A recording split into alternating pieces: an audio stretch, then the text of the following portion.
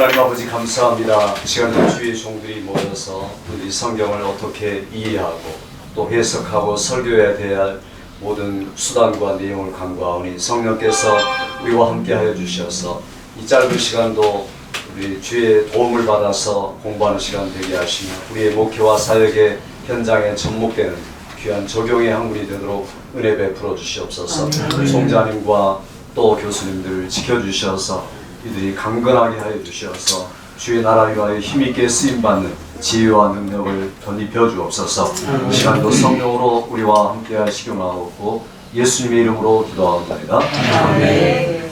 자, 오늘은 제가 설교의 역사에 대해서 특별히 아주 구체적인 부분을 가지고 이야기를 하도록 하겠습니다. 우리 먼저 성경 한번 보시죠. 전도서 12장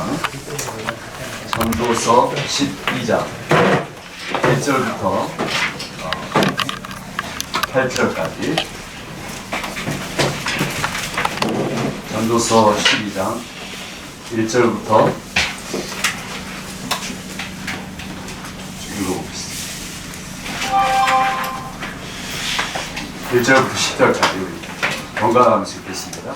너는 청년의 때 곧 권고한 날이 이르기 전 나는 아무 낙이 없다고 한 해가 가깝기 전에 너의 창조자를 기억하라.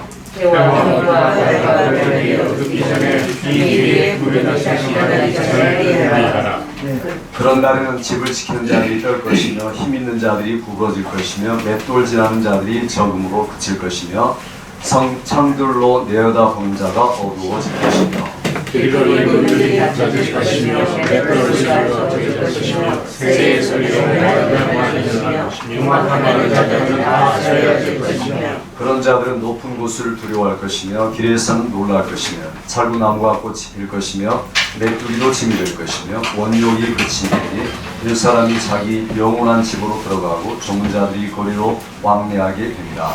은줄이 풀리고 그릇이 시려지고 항아리와 생각에서 펴지고 화가가 물에서 펴지고 흙은 여전히 땅으로 돌아가고 신은 그 주신 하나님께로 돌아가기 전에 기억하라. 전도자가 하되고 헛되다 모든 것이 헛되다. 전도자가 지혜로움으로 여전히 백성에게 지식을 가르치고 또 묵상하고 공부하여 자문을 많이 지었으며 전도자가 신사하며 말을 좋아하니 여기서 말씀드리는 증거에 있습니다. 아멘. 알겠습니다. 우리 전도서는 마치 우리 불교 경전을 읽는 것과 똑같습니다. 모든 게 헛되고 헛되니 모든 게 헛되다. 그래서 전도서를 실제로 해석하고 설교할 때도 잘못하면 우리도 모르게 스님의 설교를 하기가 쉽습니다. 강단에서 자기도 모르게 하는 거예요. 왜냐하면 헛되고 헛되다는 이야기를 하다 보면 염세주의적으로 돌아갈 수밖에 없고 니체나 쇼펜하 철학으로 돌아갈 수밖에 없습니다. 중요한 것은 우리가 성경을 볼 때 항상 전체적인 문맥에서 봐요. 항상 전체적인 문맥, 통시적인 안목이 필요합니다. 예수님이 늘 설교를 하실 때나 성경을 해석할 때는 전체적인 문맥의 이야기를 하십니다. 구약 성경에 이렇게 말합니다. 스퍼스픽하게 또 구절을 뽑아서 이야기하기도 하시지만은 그러나 항상 보시면 예수님이 비유가 아니면 말씀하지 아니하더라 이렇게 말하면서 예를 들면 하나님 나라의 비유를 말합니다. 그럴 때 하나하나 굉장히 밭에 씨를 뿌리는 비유, 겨자씨 비유, 그 다음에 고기 잡는 비유 이런 모든 비유들을 통해서 하고자 하는 게 뭡니까? 전체적인 맥락은 하나님 나라다, 하나님 나라 이런 것이다. 그러니까 비유를 말할 때 이렇게 마태복음의 앞부분에서는 하나님 나라가 그 과거에 이랬는데 세례 요한이 와서 하나님 나라에 대한 것들을 밝혀줬다. 과거적인 하나님 나라에 대해서 우리에게 전해갑니다. 마태복음 13장 같은 경우 예수님이 가장 핵심적인 설교죠. 우리가 아는 대로 쓸 수 있습니다. 이거 아닌데 그건 큰일 납니다. 네. 마태복음에서 이렇게 보면 맞습니다. 5편의 설교 중에서 5장에서 7장까지 말씀하시고 그리고 이제 이게 첫 번째 설교죠. 두 번째 설교는 마태복음 10장에서 말씀하시고 그 다음에 세 번째는 13장에서 말씀하시고 네 번째는 18장에서 말씀하시고 다섯 번째는 24장과 5장에서 말씀하시고 요게 예수님의 마태복음을 구성한 5편의 설교입니다. 이 설교 중에서 뭐다? 설교 내용은 뭐냐면 하나님 나라다. 하나님 나라의 실상이 뭐냐 하는 것들을 우리에게 말해주고 있습니다. 그래서 하나님 나라는 이런 것이다. 그러면서 하나님 나라에 그에 대한 단순한 이야기가 아니라 하나님 나라의 어떤 삶에 대해서 이야기하고 어떤 삶을 살아야 할 것이냐. 그러니까 하나님 나라로서의 제자로서의 삶은 무엇일 것인가. 하나님 나라의 성격은 어떤 것인가. 하나님 나라에 대한 이 땅의 실제. 조금 발을 격적으로 하나님의 실제가 뭐냐 하는 것이죠. 그래서 하나님 나라의 실제, 그 실제는 교회다 이렇게 말합니다. 그래서 하나님 나라가 이런 것이다. 그리고 하나님 나라 25장에 26장에 가서 하나님 나라의 마침이 어떤 것이냐, 종말에 대한 이야기를 하고 있습니다. 그리고 전체가 지금 하나님 나라를 담고 있어요. 마태복음은 하나님 나라에 대한 것이다. 물론 하나님 나라라고 표현하지 않고 천국이라고 표현하죠. 뭐냐면 마태가 하나님이라는 말을 쓸 수가 없기 때문에 유대인들은 하나님에 대한 그 용어를 쓸 수가 없습니다. 너무 거룩하기 때문에. 그래서 하늘나라 이렇게 쓰죠. 그래서 하나님 나라의 전체를 이야기하면서 여기서 가장 중요한 것이 핵심 중요하죠. 유대인들의 그 이야기하는 화법은 중간이 굉장히 중요합니다. 그래서 여기 마태복음 핵심은 13장이다 이렇게 말할 수 있습니다. 하나님 나라의 천국의 성격이 뭐냐? 하나님의 왕국이란 말이 나왔습니다. 하나님 나라, 천국, 왕국 세 개 중에 하나님 나라 왕국의 성격이 뭐냐? 이 성격은 현재적인 성격을 말합니다. 현재 어떤 것이냐? 그다음에 여기 종말은 미래가 어떤 것이냐 그런 것을 말하고, 그 앞에서 삶은 그 전체적인 것을 말하죠. 요 현재 미래 값이 전체를 올려서 이야기합니다. 그리고 우리가 살아야 할 삶의 방법이죠. 방법이면서 올립니다. 그래서 구조상 핵심은 13장이죠. 13장이 하나님 나라에 대한 비유를 8가지나 7가지나 8가지로 말하고 있습니다. 여기서 그러면서 7가지 8가지에 걸쳐 하나님 나라의 현재성이 어떤 것인가. 근데 문제는 하나님 나라를 우리가 말해줄 수가 없습니다. 하나님 나라는 너무 엄청난 것이기 때문에 말로 표현할 수 없는 것이죠. 하나님 나라를 표현할 수 없기 때문에 사용하는 예수님의 방법이 뭡니까? 이게 바로 비유라고. 비유. 그래서 예수님이 비유가 아니면 말씀하시지 아니하더라 이렇게 말합니다. 그래서 이 비유라는 말이 그 노타, 파라볼레 하는 것인데, 여기 옆에다 갖다가 놓아서 뭔가를 진리를 밝히 드러내기 위한, 영어로 말하면 마샬이죠. 마샬 혹은 파라볼, 티칭, 여러 가지로 번역할 수 있습니다. 그래서 이 격언, 비유, 풍유 이런 여러 가지 수단들을 통해서 하나님 나라를 우리 현실적인 언어로 표현할 수 없기 때문에 그 표현을 위해서 사용한 기법이 바로 비유. 그러니까 비유는 굉장히 폭넓은 단어죠. 그래서 예수님 비유가 아니면 말씀하시지 아니하더라 이렇게 말할 정도로. 근데 문제는 비유를 깨닫게 하기 위해서 말하는 게 아니에요. 저희가 들어도 깨닫지 못하고 알지 못하고 깨닫지 못하게 하니 이는 내가 저희를 돌이키지 못하게 하기 위해서 주님이 말씀하죠. 굉장히 그런 말씀은 스칸달리즈라고 말합니다. 넘어지게 하는 말씀. 이게 무슨 말입니까? 벌써 택함받은 사람들이 말씀을 깨닫는데 택함받지 못한 사람들은 말씀으로 상처를 받고 시험받는다는 거죠. 교회에서 똑같이 설교를 해도 그런 분들이 있죠. 설교를 해도 어떤 분들은 은혜 받고 회개하고 그러는데 어떤 분들은 저게 목사가 나한테 그냥 건방지게 내 삶을 지적해가지고 설교를 하고 그래가지고 시험 받고 되게 귀찮아하고 스칸달리즈의 말씀. 똑같은 말씀이에요. 예수님이 비유로 말씀하신 목적이 바로 그겁니다. 정말 택한 백성 중에 택한 백성이라고 말하는 사람 중에 택한 백성은 듣고 깨닫는 거고 회개하는 거고, 깨닫지 못하는 사람들 넘어지는 이 말씀이 바로 비유다.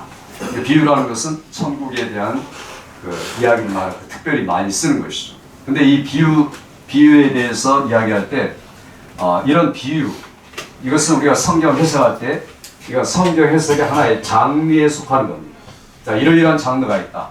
뭐 시가 있고 예언이 있고 그다음에 역사가 있고 격언이 있고 격언이 있고 비유가 있는데 그 비유 중에는 은유도 있고 지비도 있고 또 풍유도 있더라. 그리고 뭐 이를테면은 자, 이렇게 장르에 따라서 우리가 성경을 보는 법도 익숙히 알아야 되죠. 어떤 분들은 성경은 하나님의 말씀인데 무슨 해석이 필요하느냐, 성경 충만해가지고 성경을 은혜받으면 되고 그 설교하면 되지 않나, 이런 분들이 있어요. 근데 그런 분들한테 그러면 이렇게 한번 물어보세요. 예수님이 누구든지 내 손으로 소자를 실족하게 하거든 손발을 잘라버려라. 자, 이런 말들을 가지고 그러면 그 말씀 그대로 가감 없이 이해하면 어떻게 됩니까? 당신은 손도 없고 발도 없는 사람이 돼야 됩니다. 말이죠. 그 다음에 내 눈이 검증케 하거든 눈을 빼버립니다. 그 사람은 아마 모든 사람들이 거의 다 소경으로 살아갈 겁니다. 우리 중에 소경으로 안 살아가는 사람 있을까요? 손발이 안 잘린 사람 있을까요? 목사님, 선교사님도 마찬가지죠. 자, 그러니까 성경을 내가 정말 순수하게 기도하고 성령 충만해서 이해하고 설교하겠다라는 사람들은 이단입니다. 엉터리들이죠. 무식한 거죠. 예수님이 그렇게 안 했죠. 그러니까 그 사람은 자기가 가지고 있는 선입관으로 빠질 수밖에 없는 거예요. 그러니까 그게 굉장히 신앙 좋은 것 같고 순수한 것 같고 충만한 것 같은데 하나님에 대해서 어게인스트하는 거죠. 그 사람. 왜냐하면 하나님을 모르고 하나님을 아는 지식을 무시하고 하나님을 섬기는 것은 하나님께 대해서 어게인스트입니다. 하나님을 대적한다. 로마서 10장 3,4절 이렇게 말씀하죠. 지식, 저희가 열심히 있으나 지식을 좇은 것이 아니라 자기 의를 세우려고 예수 하나님의 의를 복종치 아니하니라 이렇게 말하죠. 그러니까 자기가 하나님의 말씀에 대한 충만한 지식이 계속 돼야 되는데 자라가야 되는데 안 자라는 이게 비정상입니다. 바울사도 뭡니까? 내가 얻었다함도 아니고 붙잡았다함도 아니라 내가 예수께 작품받은 것을 잡으려고 달려가느라 전력 질주하는 그 선수와 같은 삶이 그 아는 것이죠. 근데 이거 무시하는 분들 많죠. 알았으면 뭐하냐? 순종하는 게 중요하지. 그리고 그거 다 공부했으면 뭐하냐? 그러니까 기도하면 되지. 하나님 다 가르쳐 주시지. 그거 바로 이단이죠. 그게 다 이단. 그런 분들. 그러니까 순수한 게 아니죠. 자기의 아집, 자기의 사고, 선입관념, 자기의 개념에 사로잡혀서 가장 중요한 것들을 하려고 하지 않는 거죠. 정말 누가 착한 사람이고 선한 사람입니까? 베레아 교회는 데살로니가 교회보다 더 신사되기 위해서 간절한 마음으로 하나님의 말씀을 받고 이것이 그러한가요?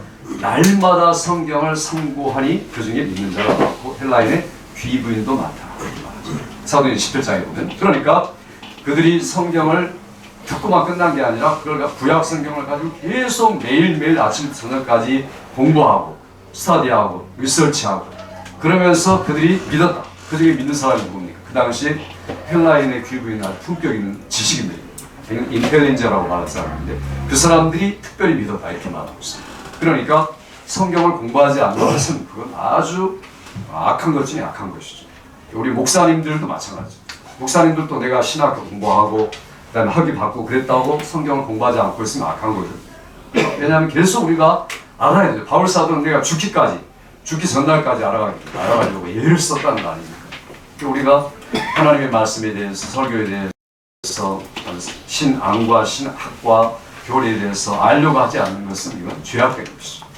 계속 알아야 돼요. 그러니까 어제보다 오늘 내가 교리 말씀에 대한 지식이나 그다음 교리에 대한 책이라든가 이런 것들이 더 잘하지 못했다는 거 죄악된 거죠. 회개하셔야 됩니다. 목사님 지난주에 배웠던 거하고 참 아시는 거하고 똑같으면 안 됩니다. 그러니까 이게 바울 사도의 마음 아닙니까? 우리 모두가 사실 그래야 되죠.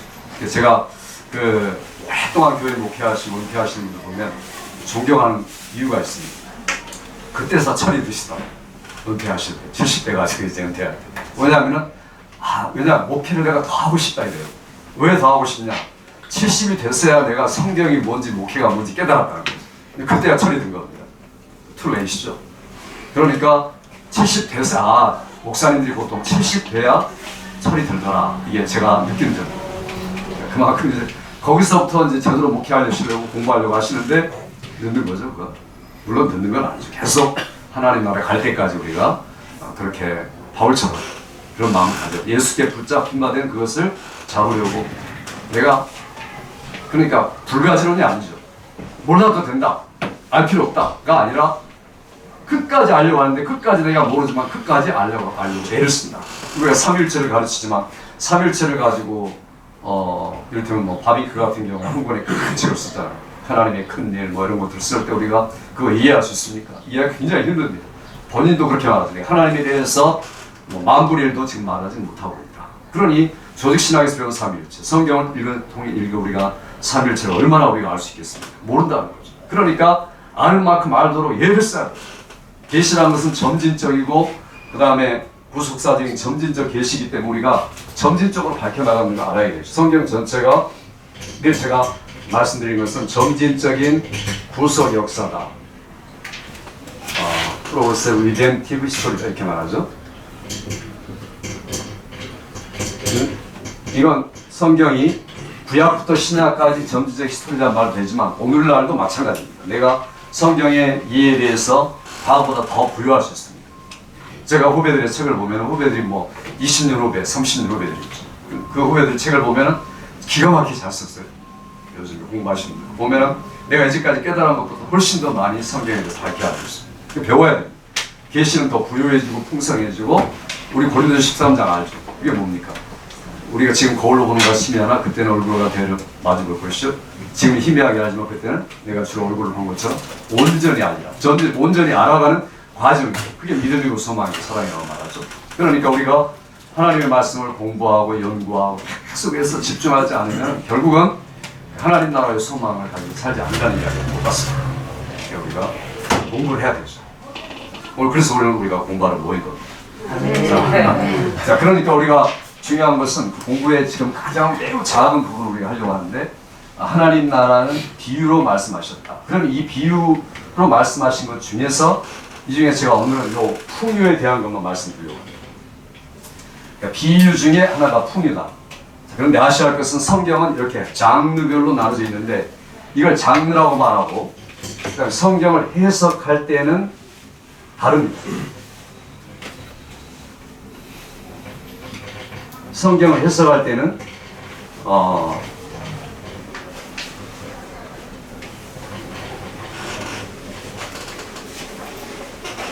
이게 장르하고 해석하고를 구분하지 못한 분들이 있습니다. 장르라는 것은 그냥 나타나 있는 형태들, 어떤 양식이고 어떤 폼을 갖고 있느냐. 그래서 그 신약 시대의 폼 크리티시즘, 혹은 소스 크리티시즘, 리렉션 크리티시즘 이런 게 나오죠. 자료 비평, 또 양식 비평, 편집 비평 이런 게 나옵니다. 물론 이제 장단점이 있고 문제점들도 있지만 우리가 그것도 알아야 되겠죠. 자, 그런데 그 장르하고 인터프리테이션을 구분하지 못한 분들이 있죠.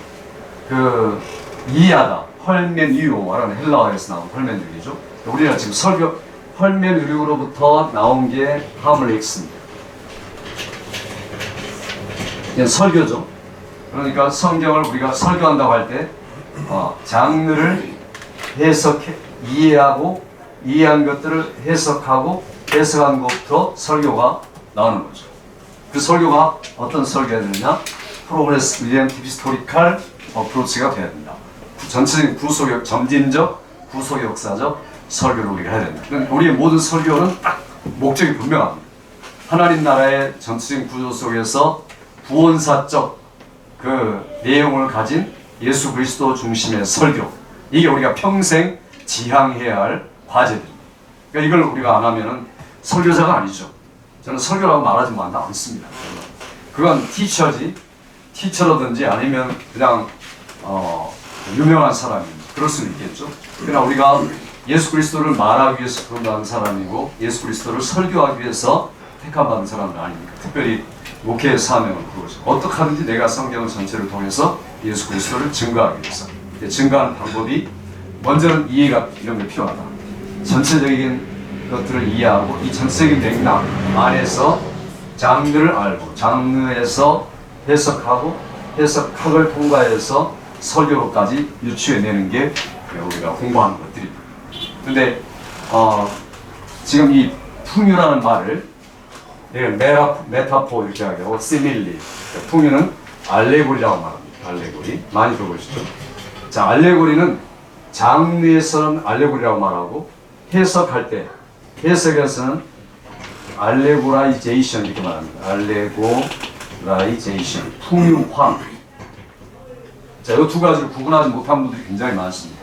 알레고리가 좋은 거냐, 나쁜 거냐, 알레고리가 필요한 거냐, 불필요한 거냐?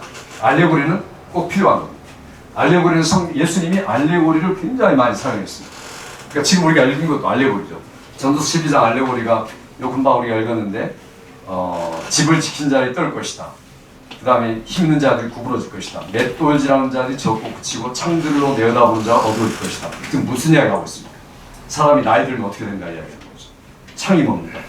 창들이 눈을 말하죠. 어두워지고 근육이 굳어지고 이거 그 이야기하는데 전부 다. 그러니까 사람의 인체의 쇠퇴를 지금 쭉 이야기하고 있습니다. 그러면서 이게 뭡니까? 그러니까 이게 지금 솔로몬이 알레고리를 사용하고 있는 거예요. 그러니까 알레고리 이거 우리가 문자대로 이해하면 문자대로 해석하게 되겠죠. 이건 지금 사람이 인체에 대한 묘사를 알레고리로 이야기로 설명을 한 겁니다. 그러니까 굉장히 시적으로 표현한 거죠. 시적. 여기 시로서 풍요를 지금 표현한 것이 전도서 12장입니다. 그러나 지금 솔로몬이 말하고자 하는 건 헛되다는 이야기가 아니죠. 헛되다가 아니라 여기 금방 우리가 읽은 것처럼 전도자가 힘써 아름다운 말을 구하였느니 기록된 것을 정직하여 진리의 말씀이다. 진리의 말씀은 뭡니까? 솔로몬이 말은 진리라는 거예요. 솔로몬이 말하는 진리는 잠언 8장에 말하는 것도 진리다 이렇게 말하고 전도서 12장에도 진리다 이렇게 말합니다. 이 진리를 그의 진리라는 것을 가리켜 비유로 전도서 8장에 쭉 이야기를 하는데 거기 보니까 그 진리가 뭐냐면 로고스다 이렇게 말하죠. 말씀이 창조자가 되어서 내 곁에 있었느니라. 요한복음 1장 1절을 우리 근원을 잠언 8장에서 찾을 수가 있습니다. 잠언 8장으로부터 온 게 요한복음 1장이죠. 그러니까 같은 말씀을 여러 가지로 표현한 것뿐이죠. 로고스에 대해서. 중요한 것은 이 알레고리를 성경에 쓰고 있는데 그러나 우리가 설교할 때는 알레고리를 쓰지 않는 것이 좋다. 이게 결론입니다. 제가 지금 말하려는 전체 이야기입니다. 그러니까 결론부터 말씀드리는 거죠. 알레고리는 성경의 표현이고 성경을 이해하는 방법인데 우리가 성경을 해석하고 설교할 때는 알레고리자이션을 사용하지 않는 것이 필요하다. 자, 이것에 대한 이야기를 지금 하고자 하는 겁니다. 지금까지 서론입니다. 자, 이제 한번 프린트물 보시면요. 프린트물로 돌아가서 보시면은 제가 12시까지죠, 목사님. 네네. 충분히 할 수 있겠네요. 중간에 잠깐 쉬셔도 돼요. 네? 빨리 안 하네. 우리 믿음의 선배들 중에서 사도들 후에 속사도들 이렇게 이야기하죠. 속사도 다음에 교부 이렇게 이야기합니다. 교회사에서. 자, 교부 중에서 가장 위대한 분이라고 하면 아이레니우스 이렇게 이야기할 수 있습니다. 그분이 쓴 게 Against Heresies, 이단에 대항함 이런 책을 썼습니다. 자, 그런데 이단이라는 게 그 당시 이단이라는 게 특별히 있는 거 아닙니다. 왜냐하면 이단이라는 말 자체가 우리가 지금 이해하는 이단과 성경이 말하는 이단은 틀립니다. 왜냐하면 성경이 말하는 이단하고 우리가 말하는 이단은 틀립니다. 성경이 말하는 이단은 뭐냐면 섹트입니다. 하나의 분파. 섹타리안을 가리켜 이단이라고 말합니다. 그러니까 사람들이 예수님을 나사렛 이단의 괴수 이렇게 이야기하죠. 그러니까 예수님도 이단이죠. 유대인들이 볼 때는. 하나의 섹타리언이라고. 그 하나의 섹타리언이 뭡니까? 그러니까 이를테면 바리새인, 그 다음에 사두개인, 그 다음에 에센파. 바리새인은 서기관까지 포함하고, 그 다음에 사두개인은 백성들의 장로까지 포함하고 있고, 그 다음에 에센파는 성경에 잘 나오지 않지만 세례요한에 가까운 에센파와 쿰난을 포함하고 있습니다. 그러니까 요 지금 세 가지 부류 플러스 나사렛, 네저린, 그 다음에 예수, 그 하나의 네 파가 있는 거죠. 신약 시대의 네 파. 그러니까 사두개, 서기관, 바리새인, 에센, 나사렛파. 요게 전부 다 하나의 섹타리안이죠. 그렇게 썼을 때 사도행전을 보면 이단이라는 말이 여러 번 나옵니다. 전부 다 아이레시스라고 하죠.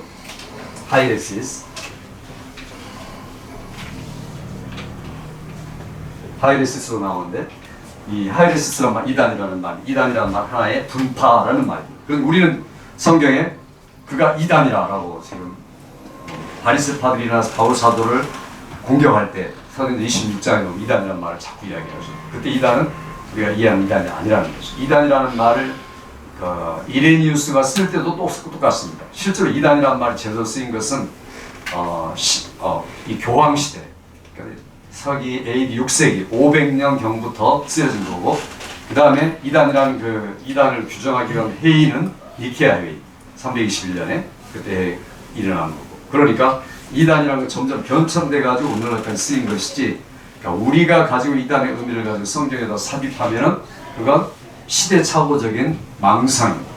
그런 분들이 너무 많습니다. 그러니까 우리가 내가 지금 성경을 이해하는 것을 가지고 초대교회 사도들이 이해했던 것을 우리가 비판하고 판단하려고 하면은 시대착오적인 발상이라는 거죠.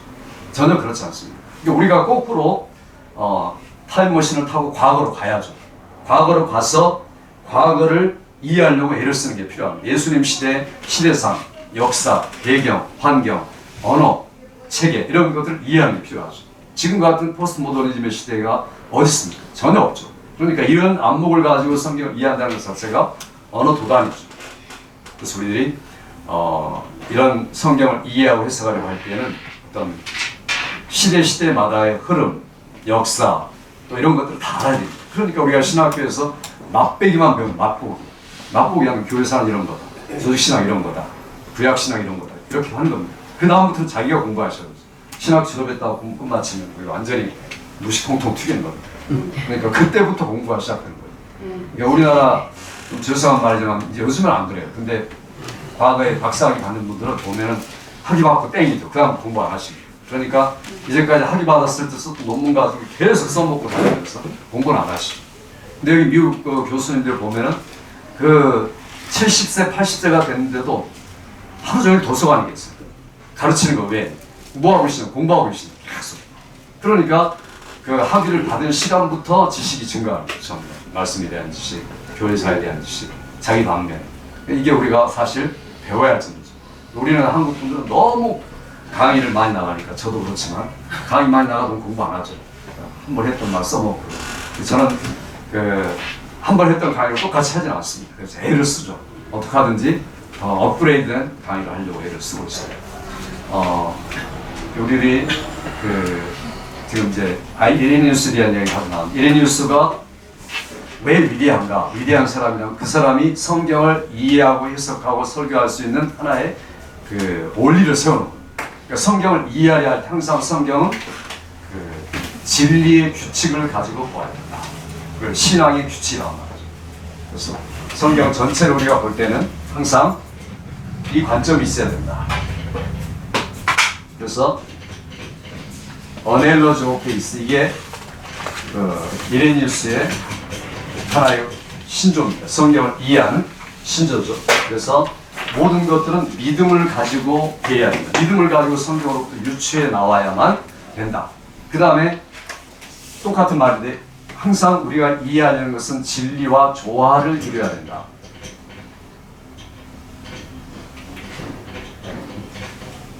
진리에 대한 조화가 있어야 된다. 진리의 조화를 이루지 않냐는 이 조화라는 것은 아까 여기서 말했던 전체적인 조화랍니다. 부속사적인 전체적인 조화를 이루어야 된다. 이런 성경을 이해하고 해석하는 틀을 이분이 세웠습니다. 이 책에서. 그러니까 이런 것들이 없으면 우리가 무너지는 거죠. 주관적으로 성경을 이해해야 되고 그 다음에 마음대로 성경을 이해해야 되고. 그래서 이 사람이 이레니우스가 이단에 대항하라는 그 책을 쓴 이유가 뭐냐면은 그 당시에 진리의 규범이 되는 것이 교회는 다 있었는데 전체적으로 볼 때는 없었던 겁니다. 뭐가 과연 성경이냐? 성경이 초대교회에 읽혀졌지만은 그러나 모든 교회가 똑같은 건 아니죠. 그걸 이해하고 적용하고 해석하는 것들은 다 전부 틀렸습니다. 그리고 뭐가 성경이라는 것도 규정되지 않았습니다. 암묵적으로 교회가 쓰긴 썼죠.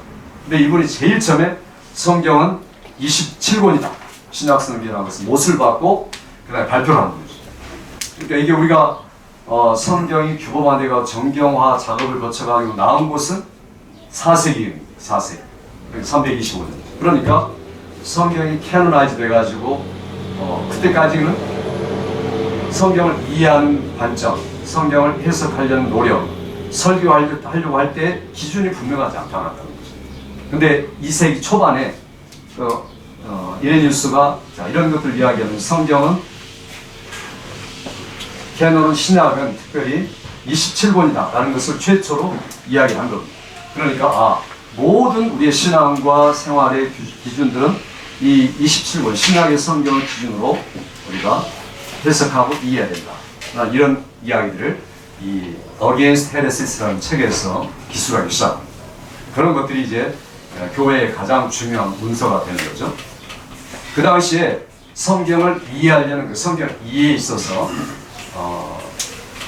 어떤 사람이 있으냐면 유대주의자 중에 파일로라는 사람이 있습니다. 필로라고 그러죠. 파일로는 예수님 시대의 사람이죠. 그래서 이 사람이 아마 BC 제가 정확하게 기억은 못하겠지만 언제부터 한 50년 정도까지 산 사람이죠.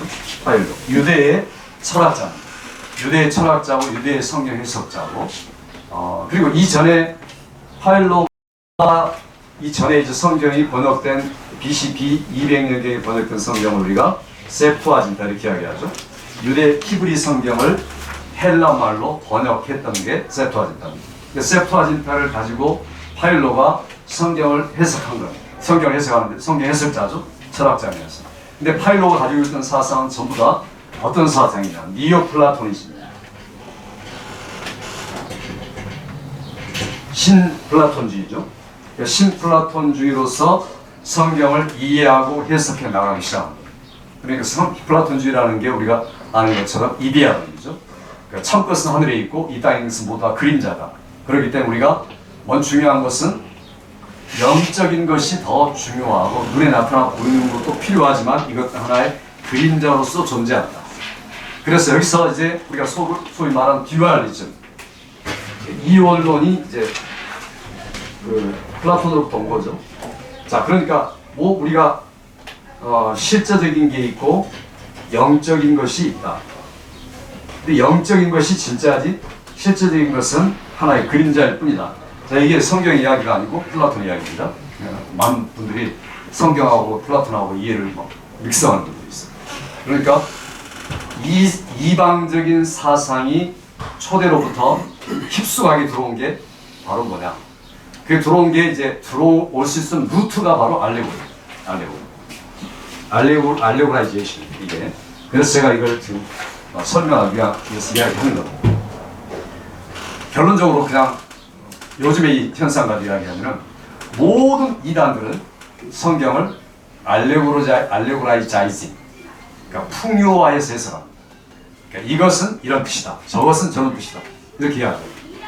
이만희도 그렇고, 그다음에 신옥주도 그렇고 다 그렇죠. 외국 이단도 그렇고 하나님의 교회,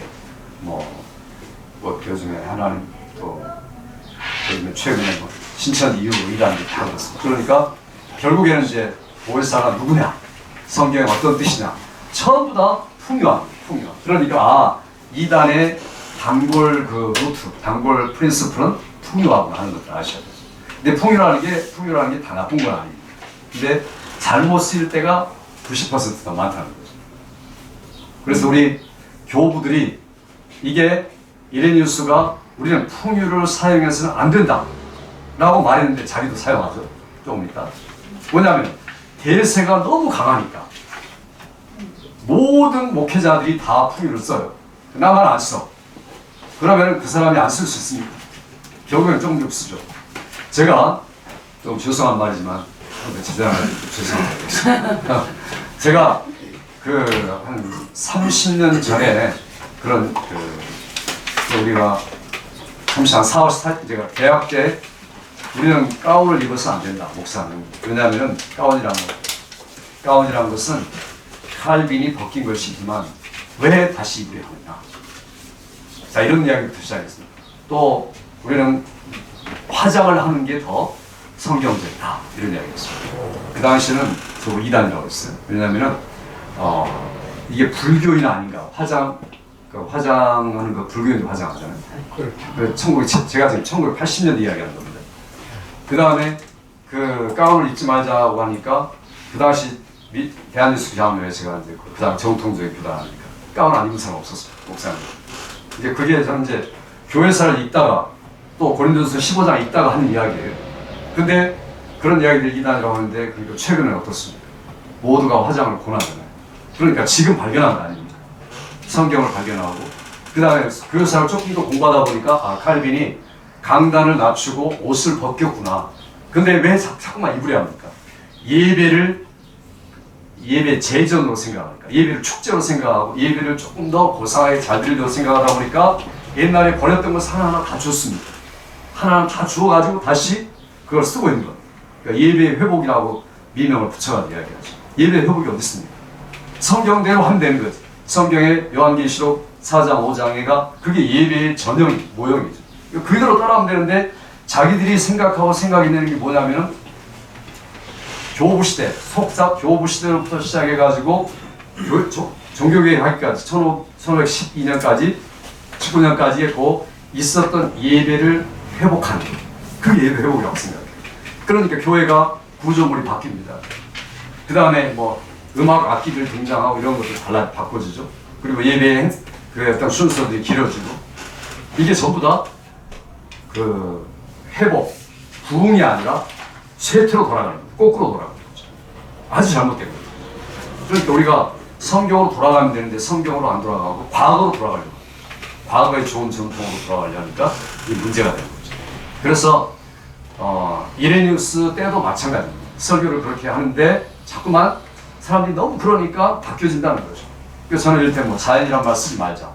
또 우리 고사, 성어 여러 가지 있는데 이런 것들 우리가 다 포기하자. 자, 이런 말들을 옛날부터 제가 신문에 냈습니다. 한 20, 30년 전에. 그렇지 않은 신문에. 그 다음에 비독교적 용어를 다 제거하자. 뭐 인연이란 말도 쓰지 말자. 이렇게 다 했는데 그리고 중보 기도란 말도 쓰지 말자. 이렇게 해가지고 그게 한 30년 넘었네요. 제가. 그렇지 않은 신문. 그러니까 근데 저도 중복이라는 말을 쓸 수밖에 없어요. 왜냐면 다 하니까. 이게 모순이죠. 그러니까 잘못된 거 알면서도 써요. 그렇지만 또 가르쳐주죠. 제가 써도 여러분 제가 쓰는 할 수 없는 겁니다. 교회들한테 가르쳐요.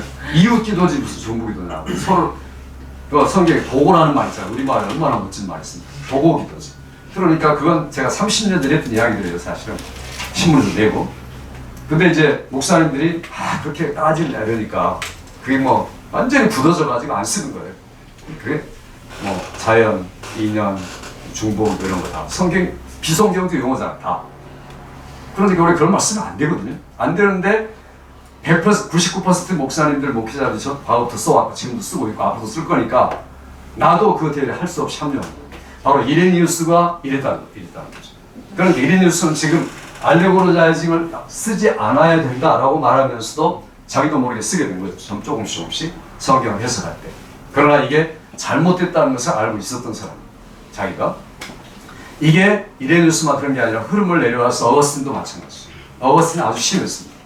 이를테면 사마리아의 비유에서 예루살렘은 하나님의 도성, 여리고는 세상, 내려간 그 다음에 사마리아에는 예수님. 자 이렇게 해가지고 하나하나 다 하나의 비유에다가 각각 해석을 집어넣은 겁니다.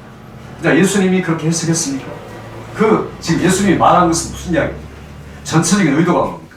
전체적인 의도는 너도 가서 이웃에게 이와 같이 하라. 이게 바로 형제 사랑이다. 그리스도의 구속함을 받은 사랑은 이런 사랑을 하느니라 이렇게 말했지. 예수님이 예루살렘은 교회 하늘나라고 여리고는 세상이고 그 사마리아에는 뭐 예수님이고 레위인과 제사장은 그 바리새인 악한 사람들이고 자 이렇게 해석했습니까? 해석한 적 없죠. 근데 그렇게 해석하는 게 기가 막힌 거예요. 그게 어필이 되는 거예요. 은혜 받는 거죠. 그러니까 쓰게 되는 거죠. 이게 바로 알레고라이제이션입니다. 그러니까 이게 매우 잘못된 거죠. 어거스틴이 매우 위대한 훌륭한 분임에도 불구하고 치명적인 실수를 한 겁니다. 설교에서. 우리가 그런 거 따라가면 안 되는데 그게 좋은 줄 알고 똑같이 인용하는 분들이 많으니까 그렇게 하는 거죠. 스펄전 설교가 굉장히 위대하고 잘합니다. 그런데 스펄전 설교는 거의 알레고라이제이션이 많습니다. 훌륭하지만. 그러니까 우리가 매우 조심해서 설교를 드려야 돼요. 나중에 이야기하겠지만 알레고라이제이션은 구속사를 이걸 헉 부인해버릴 위험까지 있습니다. 그리고 구속은 이야기하지만 문맥을 완전히 무시하죠. 여기 지금 아까 제가 하는 거 빠졌는데 이레니우스가 또 강조했던 게 항상 문맥을 무시하면 안 됩니다. 모든 단어는 문맥에서 써야 돼요. 이렇게 이야기합니다. 그러니까 문맥으로 이해하지 않으면 그 단어를 이해할 수가 없다. 이렇게 이야기합니다. 그래서 우리가 성경을 이해할 때 문맥을 가지고 예수님이 지금 너도 이와 같이 하라. 사랑하라. 이가 참 이웃이다. 이런 한 가지 의도를 가지고 말한 거지 천국, 지옥, 뭐 전부를 이야기하는 게 아니거든요. 그러니까 비유하는 것은 여기 패러블 아까 비유하는 것은 한 가지를 가지고 한 가지를 설명하려는 게 비유입니다. 근데 이 풍이라는 것은 한 가지를 가지고 10가지를 이야기하려는 게 풍이죠. 그러니까 비유의 확대가 풍이죠. 비유의 연장, 은유의 연장이 나와요. 사실은 은유의 연장을 풍유가 뭐냐? 은유의 연장이 풍이다. 그러니까 하나의 스토리를 통해서 여러 가지 이야기를 꺼냅니다.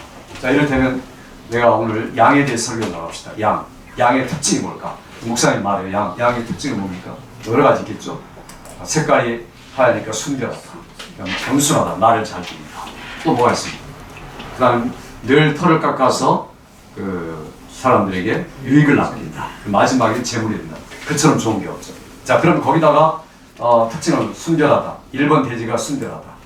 2번은 헌신이다. 3번은 마지막까지 이것이다. 이렇게 우리가 돼지를 나눈다. 그리고 거기서부터 성경의 진리를 갖다 집어넣는 거죠. 자, 그럼 예수님이 양에 대해서 그걸 이야기하려고 했을까요? 성경의 의도가 그겁니까?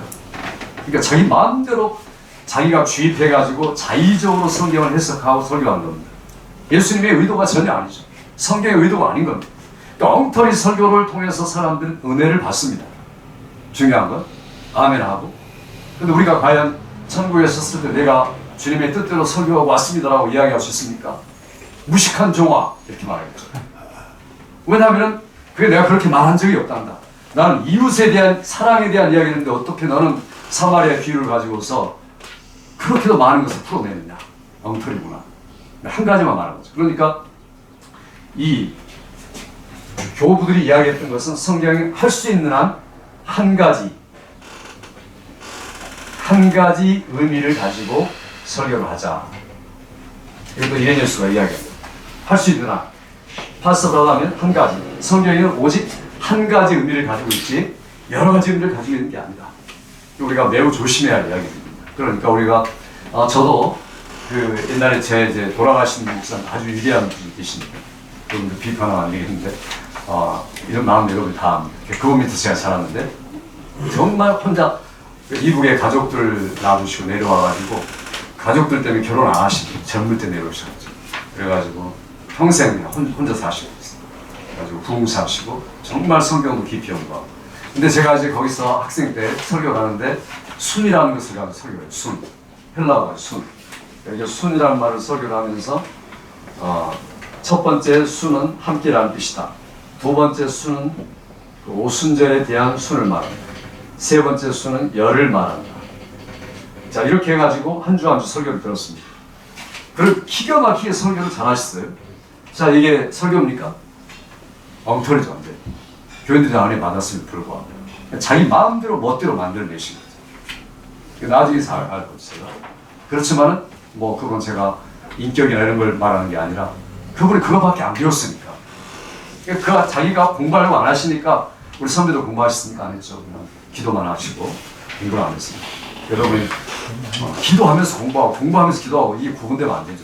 신학생들이 말하는 거 교회사 공부 시간이 기도 시간이고 말씀 연구하면 같이 기도하고 그게 아니면 언제 우리가 성경 보느냐. 기도하면 3시간 한다니까 성경 1시간도 안 본다는 이야기죠. 기도 많이 하면. 그러니까 기도하고 성경 보는 것은요 구분이 안 돼야 됩니다. 사실 똑같이 걸어가면서 하고 부인하는 거 아닙니다. 그러나 지금 이레니우스가 하는 말들이 자 이런 말입니다. 이게 그러니까 가장 정말 위대한 믿음의 교부다라고 말할 수 있습니다. 그럼에도 불구하고 그가 알레고라이제이션이라는 그런 그 자기가 말해놓고도 실수에 들어갈 수밖에 없었다. 왜냐하면 모든 사람들이 똑같이 쓰니까. 여러분들이 지금 모든 사람이 똑같이 주장하지만 잘못된 것들을 발견해 줄 수가 있어야 되죠. 우리 교계나 전통이나 뭐 성찬식부터 시작해가지고 어제 저 교인 중에 하나가 성경 공부하다가 셀 성경 공부하다 그런 이야기가 우리가 왜 매주마다 성찬식 해야 되지 않습니까? 그러니까 맞지 이 말이 맞습니다. 그렇게 하지만 여러 가지 교회사적인 설명을 하죠. 그러나 좀 옹색한 설명이에요. 사실 실제로는 매주마다 해야 됩니다. 로마 캐톨릭 때문에 우리가 희귀성 또 우상 숭배, 메스가 우상이죠. 우상이 빠질까봐 걱정이 되어서 우리가 매주마다 안 하는 거죠, 사실. 그러니까 그런데 이제 1년에 뭐 2번밖에 안 하고 4번밖에 안 하고 이런 문제죠. 칼빈도 이게 되도록 많이 하자 해가지고 적어도 한 달에 한 번 해야 된다. 제네바에서 이렇게 성찬식 했댔습니다. 우리들도 마찬가지. 그러니까 내가 지금 보고 있는 것들 중에서 뭐가 잘못됐는가? 우리 교회 정통이라고 말한 부분에서 성경에서 어긋나는 게 뭔가 이런 걸 좀 생각하시면서 설교도 준비하고 목회도 하고 이렇게 되고. 그러니까 무조건 따라가면 됩니까 이게? 하나님 앞에 가서 심판받을 내용이죠. 시대마다 심판의 내용이 다 틀릴 겁니다. 그러나 우리가 과연 정말 성경대로 그리스도 중심해가지고 설교자로 살다가 왔느냐? 하나님 앞에 섰을 때 이런 것들이 우리가 가서 계산해야 할 내용인데 지금 우리가 그걸 준비해야 되죠. 사실은 지금 해야 되죠. 안 그러면 우리들도 똑같은 우리가 더 많이 됩니다. 잠깐 쉬었다 할까요? 네. 10분만 쉬어. 자 이제 아까 계속 말씀드리겠습니다. 그러니까 초대교회가 성경을 그렇게 잘못 해석할 수밖에 없었던 시대들이 있습니다. 그 시대가 어떤 시대입니까? 예수님 시대가 그 200년 전, BC 200년경에 철학적으로 가장 왕성한 때죠. 왜냐하면 플라톤, 소크라테스, 아리스토텔레스의 철학이 정립될 때고, 특별히 이제 아리스토텔의 철학은 중세까지도 계속 영향을 미치는데 초대에는 플라톤 영향이 굉장히 강했습니다.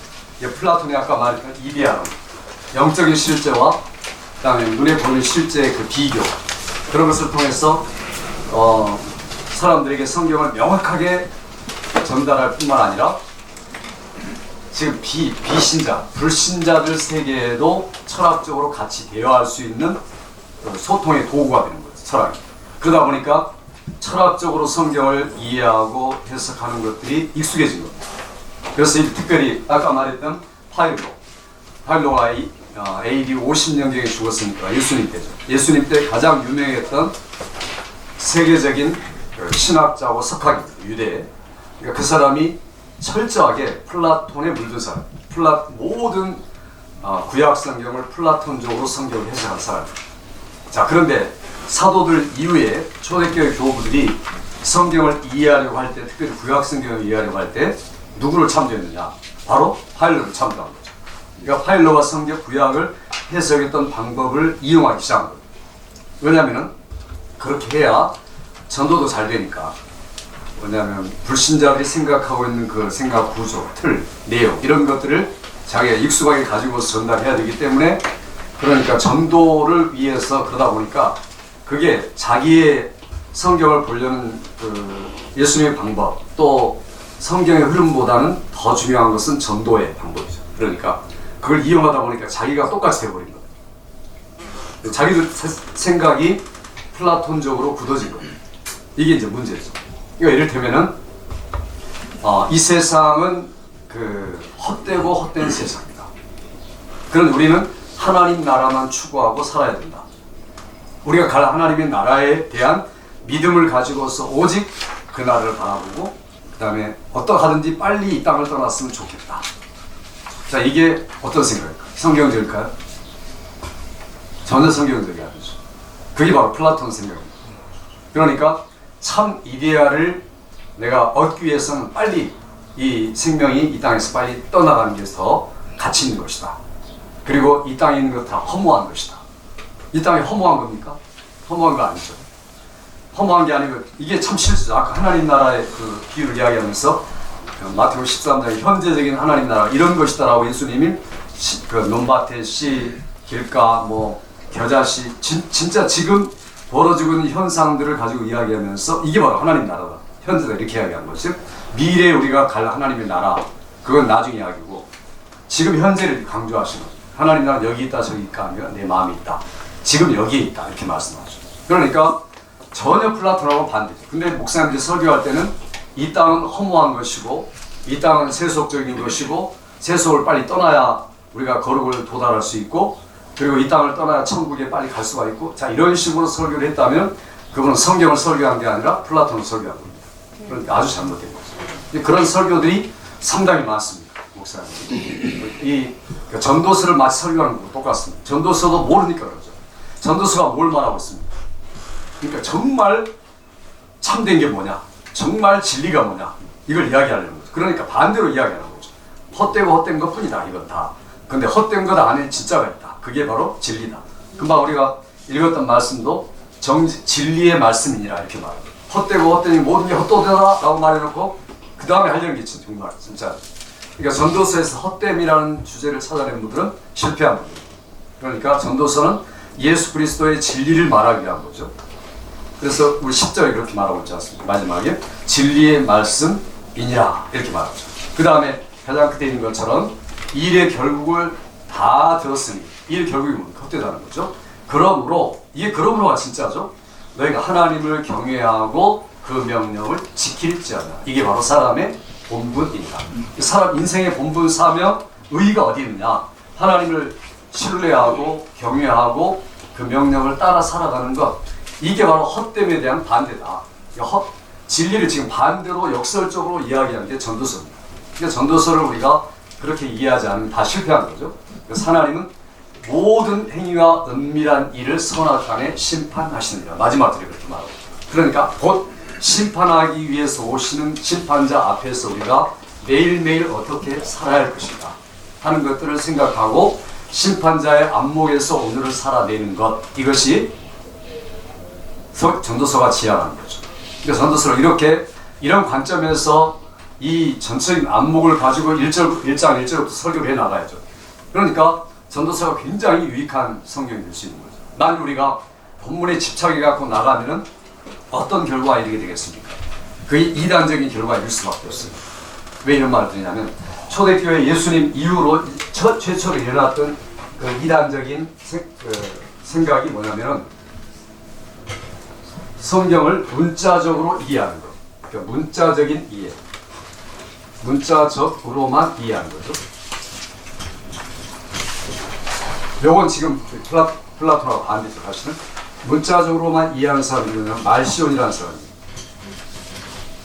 자, 이 말시온이라는 사람이 성경을 보다가 내가 성경을 읽어보니까 성경을 이해하려고 애를 쓰다 보니까 구약 성경은 말도 안 된다. 신약 성경만이 진리다. 이렇게 이해를 한 거죠. 그러니까 왜 말도 안 되는가? 구약 성경은 하나님의 의도와 또 예수 그리스도의 진리에 대해서 철저하게 반대되는 것이다. 그러므로 구약이 말하는 창조주 하나님은 실제로는 열등하신 하나님이다. 이렇게까지 결론 내는 거죠. 그 다음에 성경이 말하는 그 하나님보다 열등하다. 왜 열등하냐? 예를 들어서 그렇게 말하죠. 여호수아가 가나안 땅을 정복했는데 거기에 있는 모든 남녀노소 동물을 죽이라고 했다. 하나님 명령이죠. 하나님 죽이라고 그랬는데 그걸 가리켜 사실은 성경 우리가 나오는 하렘법, 하렘 우리말로 하렘이라고 말합니다. 하렘이란 말은 진멸이라는 뜻입니다. 그러니까 하나님께서 혹은 받침, 헌신이라는 거죠. 그래서 우리가 사람들이 성경을 못 믿지 못하고 또 특별히 교회에서 질문을 많이 하는 거는 어떻게 하나님은 그렇게 잔인할 수가 있습니까? 사람들을 남녀노소 할 것 없이 모조리 가나안 족속을 진멸하라고 했죠. 죽이라고 했죠. 안 죽이니까 안 죽이려는 사울을 그냥 해버리고 하나님이. 이게 이해될 수 있습니까? 그 다음에 어린아이를 반석에 들어 치는 자가 유혹하리로다. 그런 잔인한 말씀이 어디 있습니까? 시편이죠. 그러니까 자, 이런 하나님을 우리가 믿을 수 있느냐? 잔인한 하나님, 인정사정 없는 하나님. 그러니까 그런 하나님은 열등한 하나님으로 우리는 신약의 하나님을 찾아야 된다라는 게 바로 말씀의 생각이에요. 그렇더라죠? 요즘에 젊은 아이들이 질문하는 게 다 그런 것들이죠. 그러면 그거 어떻게 우리가 이해합니까? 구약 성경을 가나안에 들어가서 가나안의 남녀노소 할 것 없이 모든 진멸시키고 실제로 여호수아 성경에 보면 아간이 그렇죠. 아간이 여리고는 하렘이다. 하나님께 바쳐졌다. 그러니까 무엇이든지 만지지 말, 건들지도 말라는 거예요. 그런데 그걸 감추었죠. 금은 메투 그걸 감춰놓고 결국에는 그것 때문에 실패하고 아이성전 때 실패하고 그는 결국엔 형벌을 받게 됩니다. 그러니까 하나님의 뜻은 진멸입니다. 전체입니다. 그러면 민수기나 신명기에 지금 하렘에 대한 이야기 계속 나오고 여호수아가 계속되고 있습니다. 그럼 우리가 성경을 어떻게 이해할 것인가? 하나님은 하나님인가? 아주 갓 태어난 어린아이를 잔인하게 죽여야만 하는 그런 하나님입니다. 이렇게 이해하면 어떻게 해? 여러분이 대답을 해야 됩니까?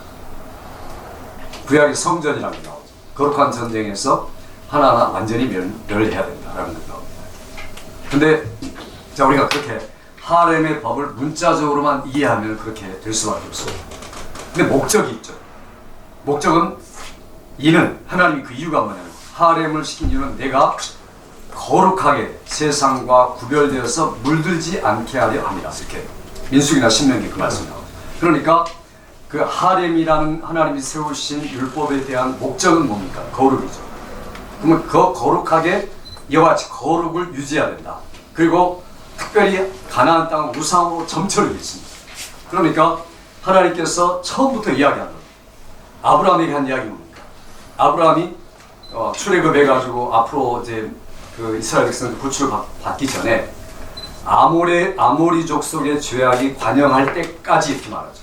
그때까지 기다린다. 그때까지 기다려. 아모리가 뭡니까? 아모리는 가나안 7족속 중에 하나죠. 그러니까 아브라함 때 벌써 가나안 족속이 얼마나 죄와 연관되어 있는가 하는 것을 이야기합니다. 또 노아가 제일 처음에 인류가 다 죽고 노아가 제일 처음에 나와서 자기가 벌거벗은 다음에 누구를 저주합니까? 누구를 저주하죠? 가나안을 저주하죠. 함이 아니라 가나안을 저주한 게 뭡니까? 그러니까 그 가나안이 앞으로 미래의 가나안입니다. 아직 사실은 가나안이 아니죠. 베이비 가나안입니까? 이를테면 함의 손자니까 함의 손자를 저주했다. 그럼 함의 손자를 저주한 것이냐? 그게 아니라 함의 손자인 가나안에 속한 족속을 저주한 것. 그러니까 앞으로 있을 가나안 땅이라는 것은 사실 히타이트족입니다. 히타이트족은 BC 2000년 전 이야기죠. 아브라함 오신 이전 이야기. 그러니까 그때에도 가나안이 있었던 겁니다. 가나안이 막강한 족속이죠. 지금의 가나안이 터키 쪽, 히타이트족이 터키에서 이렇게 남아온 거예요. 터키를 비롯해가지고 이집트까지 장악했던 철기 문화의 가장 앞선 그런 민족입니다. 근데 그런 족속들을 가리켜 통합적으로 가나안이라고 이야기하죠. 그러니까 가나안을 멸할 수밖에 없었던 것은 그들이 우상으로 꽉 찌들려 있고 그 다음에 성적인 것으로 물란하고 물질에 대한 쾌락 이런 것으로 가득 차 있는 그런 땅들이죠. 거기서부터 너희가 구별되어라 라는 이 목적을 위한 수단으로서 내신 법이 바로 하렘법. 근데 하렘법이 시행됐습니까, 여러분? 시행되려다가 안 된 겁니다. 그러니까 실제로 그 가나안 여호수아 사사기 보면요, 사사기에 보면 이스라엘 민족보다는 가나안족이 훨씬 더 번성하죠. 그러니까 못 죽였다는 이야기죠. 여호수아에 보면 마치 죽인 것 같은데, 그러니까 하렘법이 시행이 됐느냐? 시행 안 됐다는 거죠. 그럼 하나님이 시행하지 안 되도록 내버려 두셨는가? 허용하신 거죠. 그래서 하나님의 마음에는 어린아이들을 다 죽이는 게 목적이 아니라 거룩을 회복하는 게 목적이다. 그러니까 시편 이게 나중에 신약 때까지 나와요. 가나안 사람. 이게 바로 이스라엘 사람들 아닙니까? 유대 말고 이스라엘. 아수르하고 통혼한 사람들. 그러니까 이게 하렘법은 하나님의 거룩, 그다음에 하나님의 의도를 나타내기 위한 하나의 툴이었습니다. 그러니까 모든 사람들을 남녀노소를 죽이기 위한 하나님의 법이 아니라는 거죠. 이런 것들을 우리가 올바로 이해해야 말할 수 있습니다. 중요한 것은 하나님의 거룩하심 중요하다. 그분의 속성을 나타내는 게 중요하다. 그 속성에 대한 하나의 율법으로 주신 게 하렘법이고, 하렘법은 하나님의 공의를 나타내는 것이다. 어떤 공의냐? 사랑을 포함한 공의다. 그러니까 인정. 오히려 그 어린아이에 대해서 나중에 뭡니까? 앞에 하렘을 이야기하고 바로 그 다음 장에서 뭘 이야기합니까? 죽이지 말아라. 이제 죽이는 대상은 남자는 죽이고, 그 당시에 우리 남자가 있으면 이제 다 죽는 겁니다. 가난한 사람. 그 다음에 남자와 그 함께 잠을 잔 여자도 죽이고, 그 다음에 처녀와 아이만은 제외하라 이렇게 말하죠. 그러니까 그들을 불쌍히 여기시는 하나님을 이야기하고 있습니다. 왜냐하면 그들은 가나안 족속과 통혼하고 가나안 족속 죄악에 물들었기 때문에 가능성이 없다는 거죠. 그렇지만은 처녀는 아직 결혼하지 않았고 가나안 사람이라고, 그럼 가나안이라도 얼마든지 바뀔 수가 있는 가능성이 있다는 거죠. 어린아이도 그렇고 결혼하지 않은 처녀도 그렇고. 그러니까 처녀와 아이를 살려라 이렇게 말합니다. 그러니까 하렘법이라는 것은 모두 다에게 적용되는 게 아니라 하나님의 거룩을 나타내기 위해서 제한된 법이라는 거죠. 그러니까 하나님이 양면성이 있습니다. 동시에 내가 하나님께 드릴 때는 전체를 바쳐라.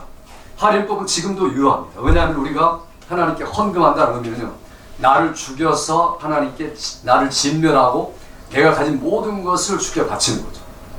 저도 헌금할 때마다 내게 있는 모든 것을 주께 바치네. 10불밖에 안 하면서.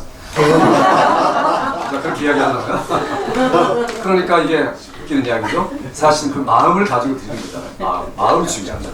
그러니까 내가 지금 10불밖에 안 돼 하나님이 안 받으시니까 모든 것을 받죠. 중요한 게 뭡니까?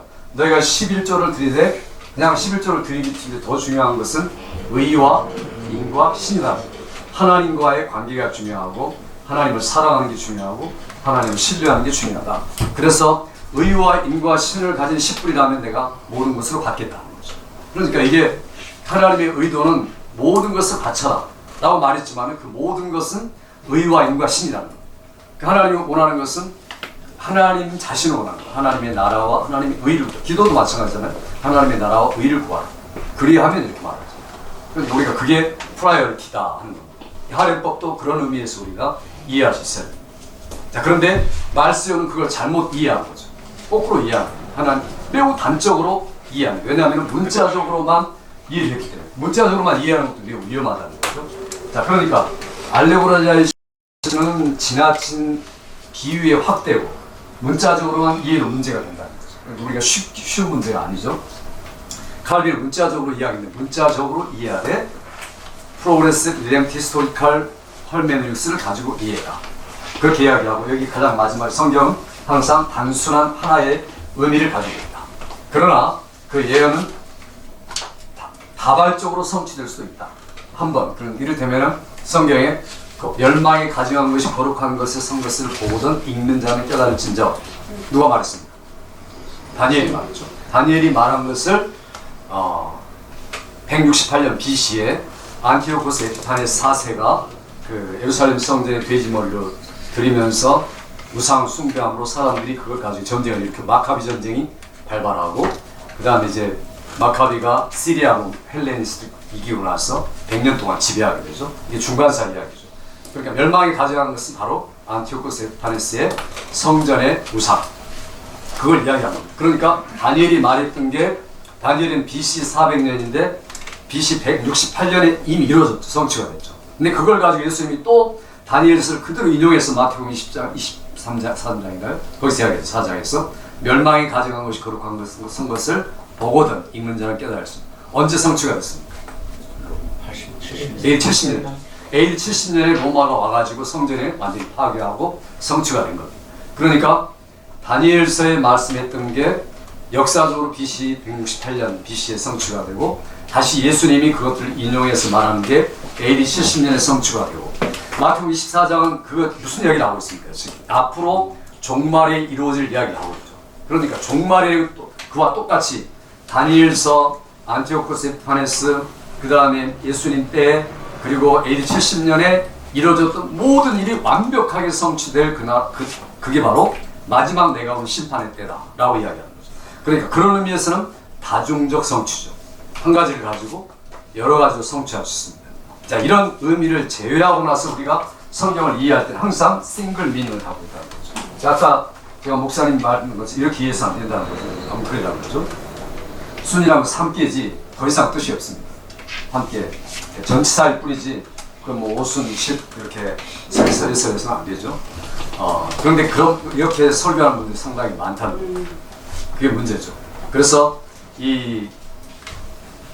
이레니우스가 아니라 말시온의 성경을 이해할 때는 구약을 그렇게 점점 이해하고 그게 사람들 사이에 퍼지기 시작합니다. 말시온이 돈이 많아가지고 또 목사님들이 대접을 잘했어요. 일단 교부들 대접을 하면 보통 넘어가잖아요. 식사를 주의하셔야 돼요. 식사하자면 안 가셔야 돼요. 무조건 안 가셔야 돼요. 정말 자기를 존중하고 그 다음에 이제 사랑하는 마음으로 초대하면 가셔야 되지만 명분 없이 그냥 갑자기 누가 교회에 전화 와가지고 식사한다고 그러면 안 가셔야 돼요. 가시면 큰일 납니다. 그거 분별하 이거 쉬워요? 얼른 분별하셔야죠. 기도하고 제가 밥 먹으러 가야 할 것이냐 안 갈 것이냐. 옛날에 지금이랑 똑같은 것 같아요. 식사는 뭐 먹고. 그러니까 돈이 많으니까 아버지가 부유한 말세온이 굉장히 그 세력이 넓혀가고 말씀이 훨씬 더 강했어요. 교회 전체적인 교회였어. 그러니까 그 당시에 그 초대교회의 그 센터는 이집트죠. 알렉산드리아가 그 센터였습니다. 어거스틴도 아프리카에서 나왔잖아요. 어거스틴. 그러니까 거기서 이사 간 거죠. 로마로. 로마는 하나의 상징적인 거고 실제적인 모든 그 집결은 요즘에 뉴욕이라고 한다면 그 당시 알렉산드리아, 이집트. 거기가 도서관이 가장 큰 게 있었고 그곳이 플라토나스 소크라테스의 철학적 대성지가 가장 신실하게 행해지는 곳이었고 아까 파일로도 거기 출신입니다. 거기서 공부했던 수학했던 사람들. 그러니까 이제 알렉산드리아가 어떤 도시냐면 그 초대교회의 가장 핵심적인 사람들이 거기서 다 나왔습니다. 알렉산드리아 특별히 제일 처음에 나왔던 사람들이 클레멘트, 오리겐 이런 사람들이죠. 클레멘트가 알렉산드리아 클레멘트 우리가 이렇게 하죠. 오리겐도 마찬가지로. 그러니까 거기에 성경적인 학파가 구성이 된 거예요. 그 학파가 바로 알레고리칼 인터프리테이션 학파. 그러니까 성경을 풍유적으로 이해하려는 해석파들. 이게 초대교회에 아주 가장 강력했던 거예요. 그리고 나서 거기에 대한 반동으로 일어난 게 시리아의 안디옥 학파들. 시리아의 안디옥은 성경을 문법, 역사적으로 해석해야 됩니다. 절대로 알레고리가 들어가서 안 된다. 그러니까 두 기둥이죠, 사실은. 성경 해석의 두 가지 기둥이고, 설교가 그러니까 많이 틀려지죠. 아까 제가 말시오는 이를테면 구약의 율법은 눈은 누로, 이는 이로. 그건 뭡니까? 그게 한자로 말하면 동해 복수법이죠. 똑같은 해를 가함으로 문제를 해결한다. 그러니까 렉스 할토스 이렇게 이야기하죠. 그러니까 이게 렉스란 법이고 보복법. 그러니까 동해 제가 한자를 잘 기억이 안 나서 복수법 이렇게 말하죠. 똑같은 해를 다하는 복수를 하는 거죠. 그러니까 구약은 동해 복수법을 이야기하고 있죠. 눈에는 누, 이는 이렇게 이야기하죠. 그러나 꼭 그런 건 아니죠. 나시온이 그렇게 이해했다는 거죠. 예수님은 뭡니까? 오른밤을 때리면 왼밤을 때리면 이렇게 완전히 다르다. 구약의 하나님과 신약의 하나님은 같을 수가 없다. 그러나 오히려 레위기 같은 성경에 보면은 형제를 사랑하라. 민수기 신명기는 뭡니까? 추수 때의 곡식들을 남겨놓아라. 지나가는 나그네나 고아와 과부가 죽게 만든다. 이게 하나님의 사랑인 거죠. 그러니까 말씀은 잘못 이해한 거죠. 성경 전체가 하나님의 사랑과 공의를 똑같이 이야기해요. 신약은 여러분 우리가 은혜롭고 사랑스러운 법입니까? 히브리서 10장 12장 29절에 보면 하나님은 소멸하는 불이십니다. 불. 그러니까 신약이 더 무서운 거예요. 사실은 소멸하는 불로서 역사하시다는 거죠. 그러니까 불태우신다는 거예요. 순간순간. 그러니까 우리가 성경을 볼 때 전체적으로 봐요. 하나님의 공의와 사랑이 같이 어디나 집결되어 있는 거죠. 그걸 못 보면은 한쪽으로만 치우치게 될 수밖에 없습니다. 이를테면은 그 엘리야가 보면은 엘리야가 그 산에 숨어 있을 때 아하시아가 군대를 보내죠. 50명씩 보내죠. 어떻게 돼요? 하늘에서 불을 내려가지고 살라고 그러죠. 두 번째 와도 너희도 살을 지켜. 세 번. 그러니까 하나님은 그런 하나님인가? 예수님은 어떤 분입니까? 요한 두 형제가 보아너게가 이들에게 불을 내리셨어. 예수님 안 받으면 그렇게 말해요. 그러니까 그걸 절제하고 가로막으시 예수님이. 그러니까 그 예수님하고 엘리야 때 하나님하고는 대조가 된다. 이렇게 이해하는 거죠.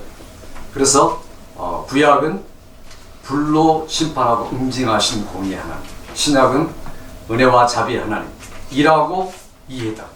올바른 이해입니까? 전혀 아니죠. 그러니까 말씀이 철저하게 성경을 오해한 거죠. 그러니까 그 문자의 구에게만 구한되니까 그렇죠. 조금 더 범위를 확장시켜 보면은 세 번째 50부장들이 나왔을 때 그 사람들은 지혜로운 사람들이죠. 자기들이 하늘에서 불 내려가지고 멸망할 줄 아니까 선지자여 우리를 불쌍히 여겨주세요 그러죠. 그러니까 그 사람이 살잖아요. 그러니까 구할 때 하나님께 구할 때 하나님은 얼마든지 그 사랑으로 자기의 벌 내리신 것을 금하시는 패하신 하나님이시다라는 것을 그 본문에 보여주고 있는데 말씀은 그걸 못 본 거죠. 그러니까 첫 번째 불 내린 것만 보고 두 번째 불 내린 것만 보고 세 번째는 안 본 거예요. 그러니까 이게 문자적으로만 봐도 문맥으로 이해하면 얼마든지 해결할 수 있는데 문맥을 무시한 거예요. 그러니까 이단이 될 수밖에 없는 겁니다. 그래서 이 신약 27권만이 하나님의 말씀이고 구약은 하나님의 말씀이 아니다라고 이해합니다. 이게 바로 최초의 말씀이라는 이단의 모습입니다. 나무에 달린 자마다 저주를 받은 자가 하였습니다. 신명기에 나온 말씀이죠. 또 갈라디아서 나오고 베드로전서에 나오고. 그런데 신약은 그게 아니라 오히려 반대로 얘기하죠. 신약은 뭡니까? 십자가 위에서 그리스도는 죽으셨다. 저주가 아닙니다. 그러니까 이게 완전히 대조된 이해다라고 이해를 한 겁니다. 그러니 아주 잘못된 이해를 하고 있는 거죠. 또 창조주는 안식일을 제정하셨지만 예수님은 안식일을 폐지하셨다. 법, 구속 이런 것들이 아니라 자유를 주셨다. 그러나 오히려 구약의 자유를 더 많이 말하고 있습니다. 자유, 이사야라든가 이런 데 보면 율법, 희년 같은 게 자유 얘기 아닙니까? 레위기 27장이나 이런 것들은 전부 다 자유에 대한 이야기죠. 완전한 자유. 그러니까 예수님이 누구냐? 희년을 완성하기 위해서 오신 예수님이시죠. 그러니까 누가복음 4장에 이사야 61장을 인용하면서 이야기하고 있습니다. 그러니까 구약과 신약은 어김없이 똑같은 거고 서로를 포괄하고 있는 성경인데도 말시오는 문자적으로만 성경을 이해하다 보니까 구약과 신약을 완전히 대조시켜버립니다. 요즘 구약과 신약을 대조시킨 분들이 얼마나 많습니까? 잘못된 해석이죠. 구약은 율법, 신약은 은혜? 그렇습니까? 전혀 아니죠. 세대주의자들이 그런 이해를 많이 합니다. 율법과 은혜 이렇게 성경을 보는 분들은요 매우 위험한 겁니다. 자, 그렇게 말을 가지고 우리가 쓰는 건 괜찮은데 성경은 그런 눈으로 야 이건 율법이고 이건 은혜다 이렇게 보면 안 된다. 뭐가 율법입니까? 이를테면 십계명이 율법입니까? 율법적인 율법이 아니죠. 십계명은 내가 너를 애굽 땅 종되었던 것을 인도하는 너의 하나님 여호와니 언약의 하나님을 뜨겁게 사랑하는 법으로서 우리에게 주신 사랑의 은혜의 말씀이 바로 십계명 아닙니까? 그러니까 우리에게 지금도 적용되고 유용한 우리가 십계명 지금 그대로 갖고 있지 않습니까? 율법이 아니니까. 율법의 내용을 이스라엘에게 주신 게 아니라 모든 사람들에게 주신 게 십계명이죠. 안 그러면 우리 십계명 폐기해야죠. 그러나 십계명이야말로 우리 신앙 고백이고 신앙의 문화이고 항조죠. 우리 신앙 고백에 늘 십계명 들어가고 주기도 들어가고 앞에 조직 신학의 내용이 들어가고 있지 않습니까? 저도 지금 예배 때마다 신앙 고백 그걸 가지고 2개씩 이렇게 나오고 있는데 십계명이 은혜의 법이죠. 완전한 은혜의 법이죠.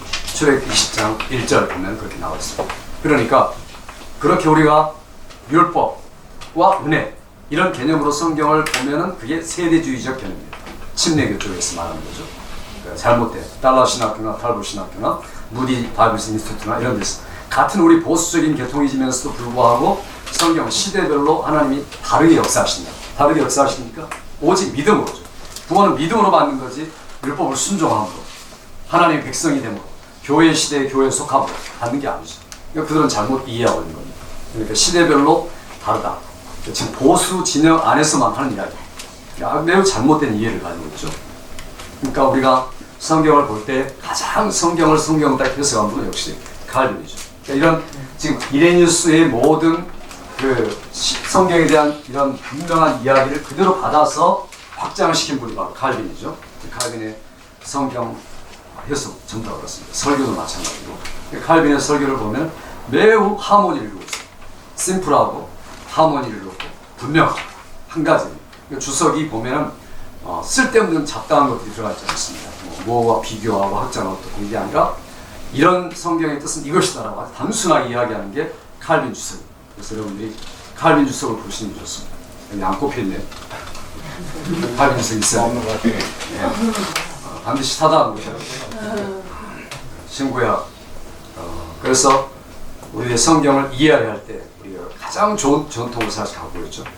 장로교, 특별히 장로교가 그렇습니다. 이게 말쇼는 구약은 전쟁, 신약은 화평 이렇게 이야기하는데 전혀 그렇지 않습니다.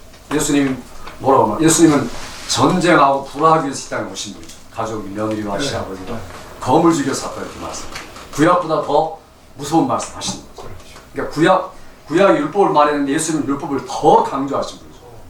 살인하지 말라 했던 걸 너희가 들었으나 나는 그 정도가 아니다. 형제를 미워하고 라가 욕하는 자마다 이미 살인하였느니라 이렇게 말합니다. 그러니까 율법이 구약보다 훨씬 강화하신 분이 바로 예수님이죠. 그러니까 우리가 율법 은혜 나눌 수 있습니까? 그렇지만 그걸 너희들이 할 수 없기 때문에 내가 십자가에 죽었다. 그리고 네가 나를 받아들이면 내가 너 안에 있어서 얼마든지 행동하게 하겠다. 이게 바로 은혜고 율법 똑같은 거죠. 또 율법권에는 나눌 수 있는 게 아니라는 거죠. 근데 사실 산상수훈은 율법에 대한 강화된 율법이에요. 근데 그 율법을 우리가 행할 수 없기 때문에 주님이 십자가에 죽으신 거죠.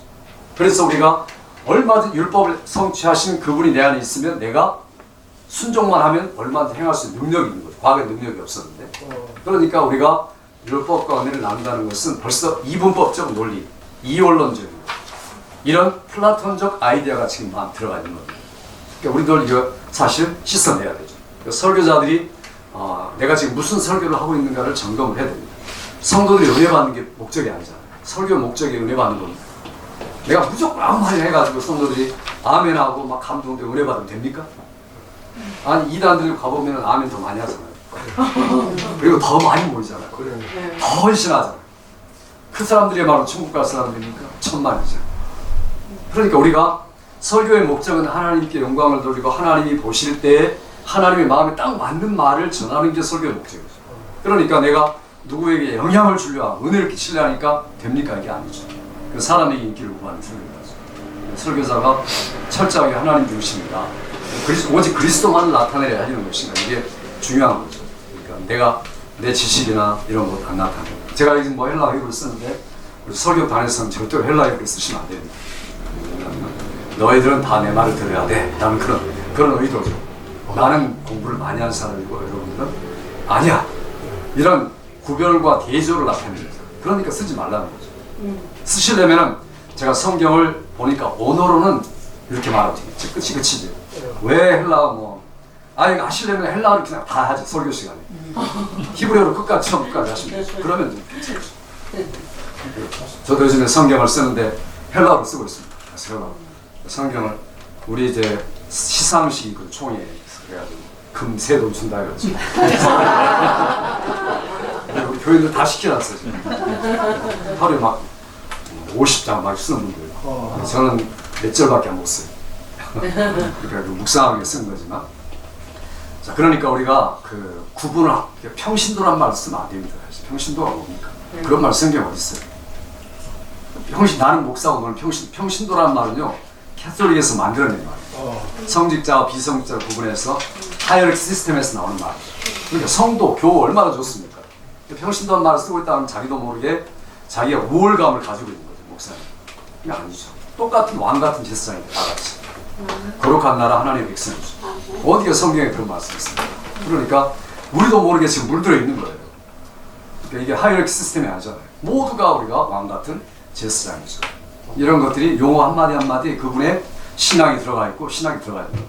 그러니까 우리가 어떤 말을 쓰느냐가 매우 중요하죠. 이건 제가 그냥 하는 말입니다. 다시 돌아와서. 이렇게 말쇼는 엄격하게 문자적인 그 이해에다가 고정하다 보니까 결국에는 성경을 구약과 신약으로 나누고 말았고 창조주 하나님과 그분이 바로 예수 그리스도라는 걸 놓치고 열등한 하나님으로 각화시키고 만 거죠. 바로 그 창조주가 누굽니까? 예수 그리스도가 창조주. 골로스 1장, 에베소 1장, 히브리서 1장에 보면 창조주이신 그리스도를 우리에게 말씀하고 있지 않습니까? 그러니까 바로 거기에 태초에 예수 그리스도께서 이 땅을 창조하시니라 라고 읽을 수 없는 사람은 아직 성경을 못 읽는 사람이죠. 창세기 1장 1절. 그러니까 그런 안목을 가지고 성경 안 보고 그냥 그대로 멜시트 바르 엘로힘 이렇게 성경 읽으니까 말시험 같은 그런 문자주의에 빠지게 되고 결국 구약과 신약을 분리하게 되고 이원적인 사상이 빠지게 되고 또 그런 설교를 할 수밖에 없는 거예요. 우리가 통합적으로 전체적으로 본다는 게 매우 중요한 거예요. 그래서 말시험 때문에 말시험이 가룟유다 같은 사람이죠. 이를테면 성경이 반드시 정경화가 필요하구나. 이게 이제 막 싹 보기 시작한 겁니다. AD 60년경이니까 말시험이. 그래서 이때로부터 성경이 성경답게 드러나야 되고 사람들에게 알려져야 되겠구나. 뭐가 성경인지 아닌지가 구분이 돼야겠구나. 이런 말시험의 발출로 인해 가지고 교회들이 정신을 차린 겁니다. 그러니까 나중에 이제 AD 120년경에 아까 이레니우스 같은데 어게인스트 헤레시스를 쓴 이유도 바로 그런 것들이죠. 그냥 참인 것과 참이 아닌 것, 정말 하나님의 말씀인 것과 말씀이 아닌 것들에 대한 분별력이 필요하다. 그때로부터 이제 성경을 강화하고 캐노나이제이션, 정경이 뭔데? 정경화 작업이 제대로 진행된 거죠. 그래서 그것들이 계속 되다가 325년에야 비로소 이제 공식적으로 교회 회의에서 발표를 하고 이것만이 성경이다 라고 이야기한 거죠. 그러나 성경이 된 것은 벌써 성경 기록이 자체가 증명하고 있습니다.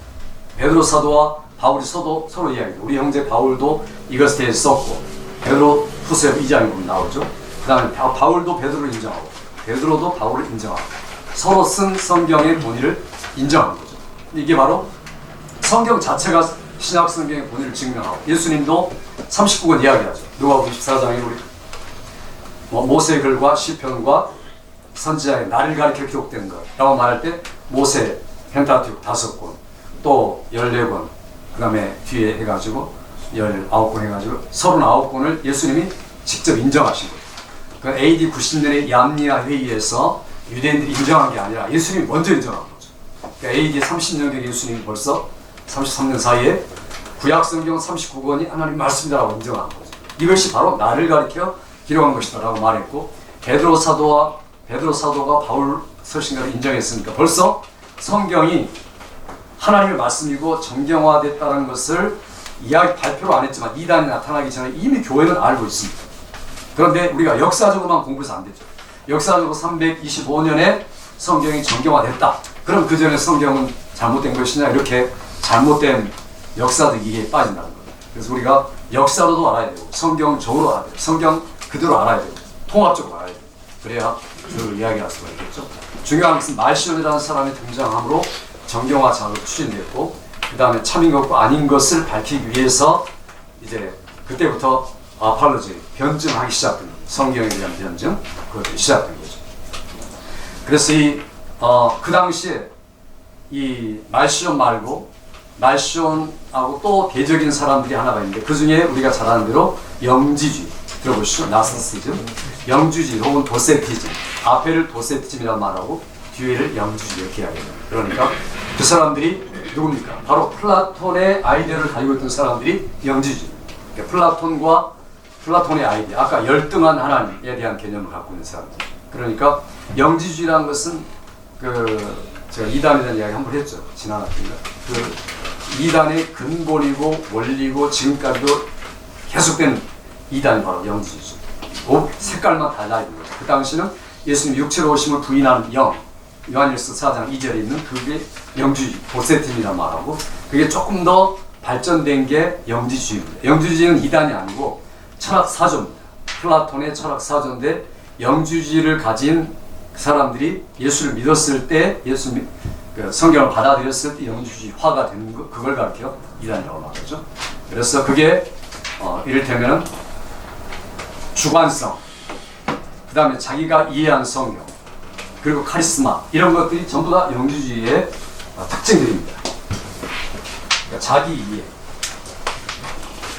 첫째는 자기 이해가 가장 문제고, 그 다음에 두 번째는 신비적인. 세 번째는 물론 은사적이고. 자, 이런 것들이 문제죠. 이게 영주주의의 특징입니다. 그러니까 성경을 자기만 이해하는 것으로 이해하는 거죠. 내가 이해하는 것이 전부다 성경을 이해하고, 그 다음에 신비적이죠. 항상 영적인 것, 육신적인 것 구분하고, 그 다음에 초월적인 것, 초월적이 아닌 것을 구분하는 사람. 이론들 굉장히 이론론적이죠. 그리고 나만 하나님의 은혜를 받고 계시를 받았어. 다른 사람 잘 몰라요. 그러니까 신비주의자가 되는 거죠. 그 다음에 은사적인 카리스마, 권위가 있죠. 영적 권위. 그러니까 벌써 목에 힘준 사람들은 이상해. 목사님들이 목에 힘주면 안 됩니다.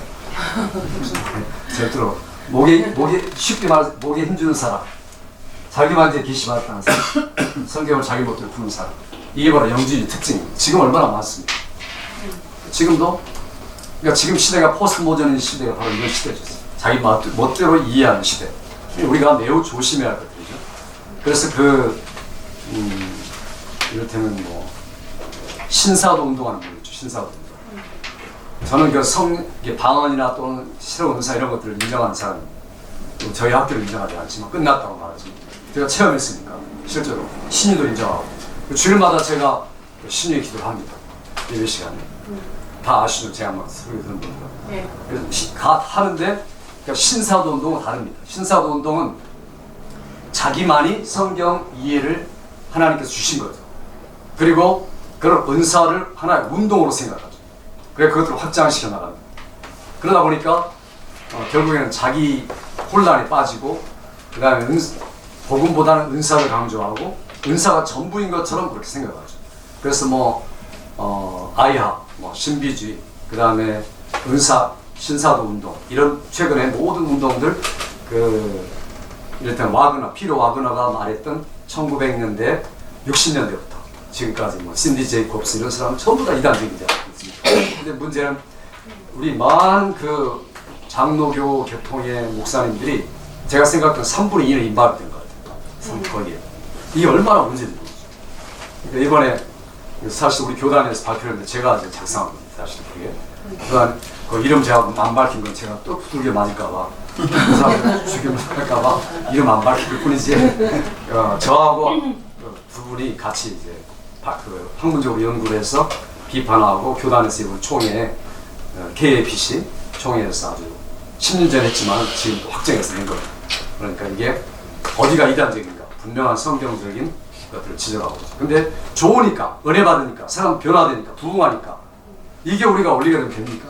은사주의하고 막 이렇게 신사도 운동하면 사람들 많이 모이거든요. 신기하고 그 다음에 부흥하거든요. 교회는 반드시 부흥하고 그런 집회들 계속하고 이러면 그러니까 부흥이 중심이에요. 성경의 부흥이 어디 목적입니까? 그건 결과일 뿐이지 하나님 주신 거죠. 그러니까 부흥이란 게 뭡니까? 부흥이란 것은 회개가 부흥이잖아요. Revival, 그 다음에 Repentance, Refresh가 부흥이지 성경이 말하는 부흥이 뭡니까? 사람들이 많이 모이는 거 아니죠. 그러니까 목회를 해도 부흥을 목적으로 하는 분들은 실패한 겁니다. 하나님 원하시지 않는 거죠. 설교도 마찬가지죠.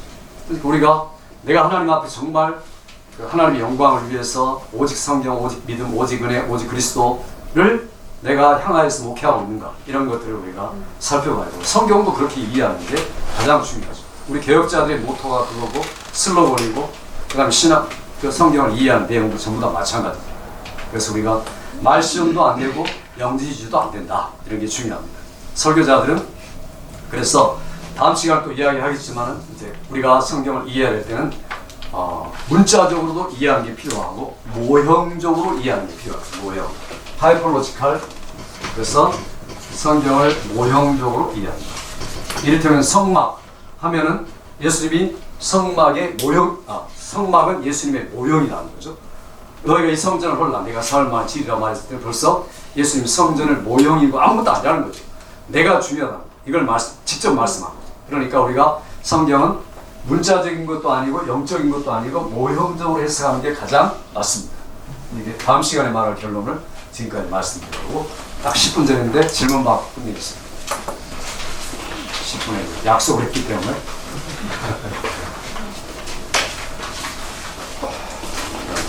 질문 안 하기로 하셨어요? 목사님 그 방언은 하고 계신다고 말씀하셨어요. 네, 방언은 개인적으로 하면 되죠. 네. 나타난 사도행전이나 고린도에서 나타난 것들은 언어로 나타나고 있는 사도행전 2장에 말하는 방언은 이제 하나님께서 각 방언으로 말한 거, 그 방언이 아니라 고린도전서 12장, 14장을 말하는 방언, 그렇죠. 그런 방언을 우리가 얼마 마음으로 기도하고 또 알지 못하는 기도를 할 수 있고 그렇게 하죠. 그래서 제가 학점을 못 맞은 사람입니다. 웨스민 신학교에서 방언을 인정했기 때문에 우리 교수님이 그런 게 어딨냐니까 나는 경험했는데요 내가 그러다가 싸우다가 이제 비만해서 맞았어. 잘 맞습니다. 고집이 센 사람이지 이게 되었어요. 예, 기도하고 마칠까요? 아버지 하나님 감사합니다. 주의 종들이 같이 모여서 어떻게 하면 성경을 잘 이해하고 바로 설교할까 고민하며 나눈 이야기들을 기억하여 우리 하나님의 말씀을 중심하여 예수 그리스도를 중심한 설교자, 하나님의 영광을 위한 설교자로 점점 변화되고 성숙하고 열매 맺는 우리의 인격과 사역과 현장이 되도록 축복하시고 나옵고 예수님의 이름으로 기도하옵나이다. 아멘.